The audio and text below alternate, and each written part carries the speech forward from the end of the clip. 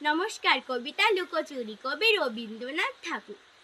আমি যদি দুষ্টুমি করি, চাঁপার গাছে চাপা হয়ে ফুটি, ভোরের বেলা মাগো ডালের পরে কচি পাতায় করি লুটোপুটি, তবে তুমি আমার কাছে হারো। তখন কি মা চিনতে আমায় পারো? তুমি ডাকো, খোকা কোথায় ওরে? আমি শুধু হাসি চুপটি করে। যখন তুমি থাকবে যে কাজ নিয়ে, সবই আমি দেখব নয়ন মেলে।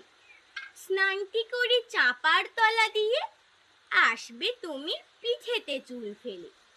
এখান দিয়ে পুজোর ঘরে যাবে, দূরের থেকে ফুলের গন্ধ পাবে। তখন তুমি বুঝতে পারবে না সে তোমার খোকার গায়ের গন্ধ আসে।